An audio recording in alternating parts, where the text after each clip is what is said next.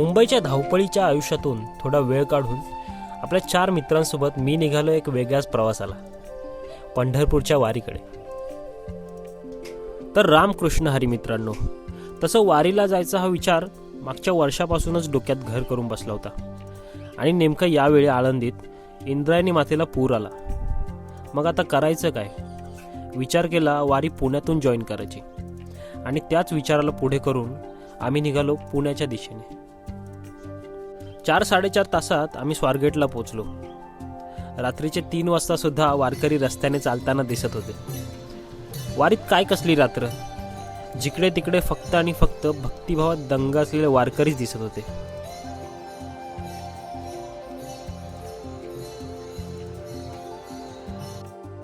सर्व तयारी करून आम्ही पण सकाळी 5:30च्या दरम्यान निघालो दिंडी क्रमांक 35 मधून. आणि इथूनच आपल्या वारीचा प्रवास सुरू झाला. रस्त्यातले क्षण, भेटलेली माणसं आणि विठ्ठलाच्या नामात दंग झालेलं वातावरण, हे सर्व अनुभवत आम्ही वारीत चालायला सुरुवात केली. ज्ञानोबा तुकारामांच्या जयघोषात प्रत्येक पाऊल एक वेगळाच आनंद देत होता. आणि मग शेवटी तो क्षण आला.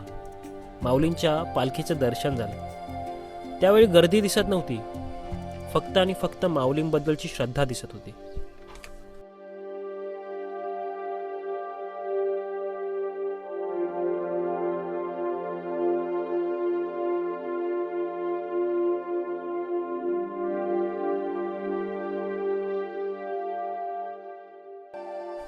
वारीत चालताना एक गोष्ट सतत जाणवत होती.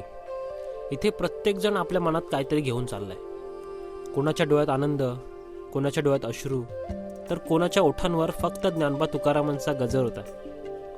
आणि मग शेवटी तो क्षण आला जेव्हा मी माऊलींच्या पादुकांचं दर्शन घेतलं.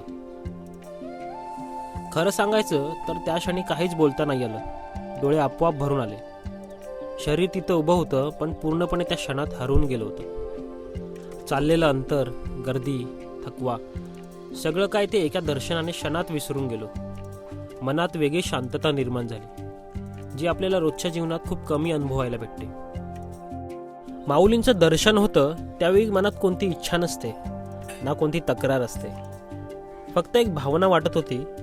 वाटलं की आपण किती पण धावत असलो, बिझी असलो, तरी अशा काही जागा असतात, काही क्षण असतात जे आपल्याला स्वतःशी पुन्हा जोडतात. लोक म्हणतात की वारी चालणं म्हणजे फक्त पायी चालणं आहे, पण मला वाटतं वारी म्हणजे मनाचा प्रवास आहे. प्रत्येक पावलाला आपल्यातला अहंकार कमी होत जातो आणि देवाबद्दलची श्रद्धा वाढत जाते. त्या दिवशी मला देव दिसला की नाही हे मी नाही सांगू शकत, पण जेव्हा माऊलींच्या पावलाला स्पर्श केल्यावर जी सकारात्मक ऊर्जा आणि जी शांतता, ते समाधान मिळालं, तो अनुभव मला आयुष्यभर विसरता येणार नाही.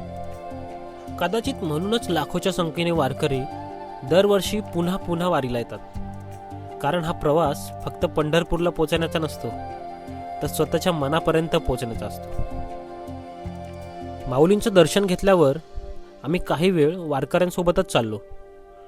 पण खरं सांगायचं तर आम्ही वारीसाठी सराव वगैरे काय केलाच नव्हता. उपवासामुळे थोडाफार अंतर चालल्यावर शरीराच्या मर्यादा जाणवायला लागल्या होत्या.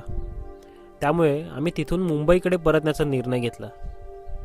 कारण काही तासातच वारीने जे आम्हाला दिलं होतं ते शब्दात सांगणं कठीणच आहे. पण पुढच्या वेळी मात्र नक्कीच पूर्ण तयारी करून येईन. काही प्रवास अपुरे राहतात, पण तेच आपल्याला पुन्हा एकदा परत यायचं कारण देऊन जातात. माझ्यासाठी ही वारी अशीच काहीशी होती. आत्तापर्यंत व्हिडिओ बघत असाल तर मनापासून धन्यवाद. आपण भेटूया पुन्हा एकदा नवीन व्हिडिओसोबत. तोपर्यंत रामकृष्ण हरी.